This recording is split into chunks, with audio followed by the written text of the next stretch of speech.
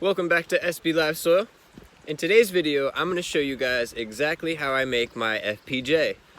Now, I always come out right at sunrise. It's about 7 in the morning here.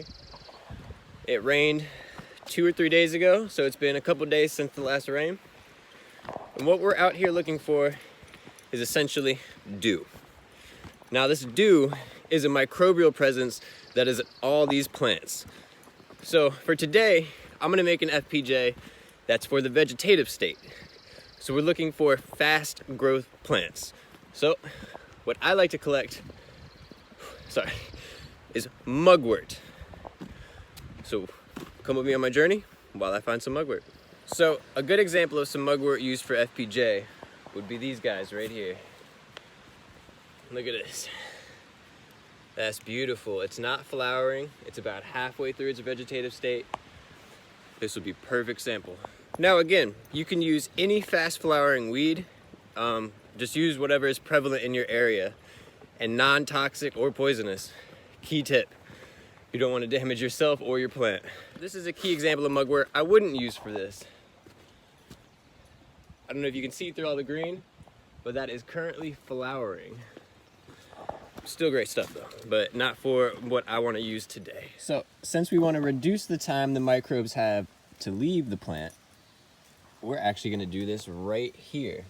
So this is everything you're going to currently need for this. Your fast growing weed, a scale, a jar, and brown sugar. Let's begin. So you can find a rock like this to cut if you don't have a cutting board, and you're gonna wanna actually cut each piece about the size of your first knuckle. So I'll chop this up, and then you're gonna wanna weigh it, and that's when you'll mix with the brown sugar. So I'll chop this up and get right back to you guys. Here we have our mugwort chopped and weighed out. It is currently 62 grams. Now you're gonna wanna have equal parts brown sugar to this, so we will use 62 grams of brown sugar, and then we'll give it a thorough mixing and jar it up.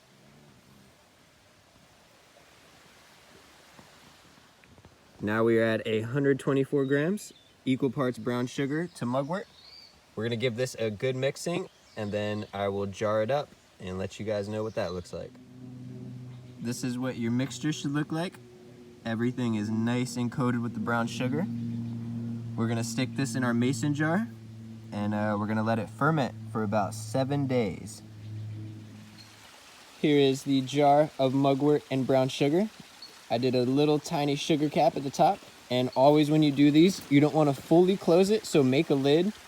I usually use like a tea filter, and then if you're out in nature, you can just use some young shoots of grass to tie it. Well, that's about it. We're gonna check this in 7 days. We're obviously not gonna leave it out here. I will go back home and ferment it, but yeah, I'll show you the end results after 7 days of what you're looking for, but this would be a vegetative FPJ using mugwort. Local California wild mugwort. Thank you guys so much. Make sure you guys look around your area and use whatever you guys can to help not only you, your plant, but the environment. Thank you guys so much. SB Live Soil, and I'll see you guys soon. So, after a long day of doing KNF, you might be hungry. These are an example of mushrooms you won't eat. You'll see these everywhere on woods. These are called false turkey tails. These are not necessarily going to kill you, but these are non-edible, and I would not suggest eating these. In the end of this video, we'll show you mushrooms that you can eat and exactly how we enjoy them. Looking for mushrooms? And what do we find in the midst of all the green?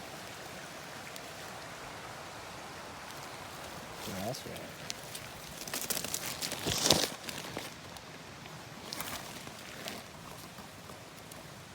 Gorgeous chanterelle.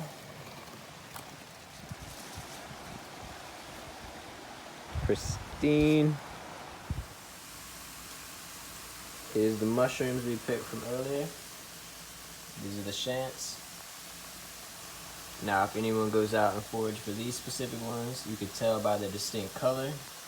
And they have this white, almost looks like a mozzarella stick inside. That is all beautiful meat. Woo, boy, almost look like chicken. These are 2 mushrooms. 2 mushrooms. So when you're out doing KNF, make sure you get yourself a snack. It's gonna go good with this meal. We just harvested perfect. Look at this. Perfect bok choy. That's what I'm talking about right there. Ooh, boy. With a good KNF, we need good KNF sauce. Homemade teriyaki. Let's go straight.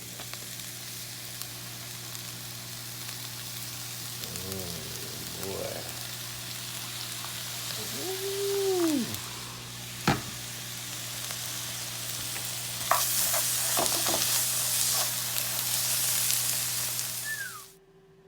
Yeah. Now that's what we call enjoying fruits of the labor. Fresh chanterelles, freshly harvested bok choy, fresh grains. Thank you guys for watching. We'll see you soon. Okay, here we are a couple days later. You can see the fermentation via the bubbles. This is a great sign. I always tend to make a smaller amount since I am around a wide variety of plants. If you are not, I recommend making bigger amounts. Just keep equal parts brown sugar to whatever plant you are using.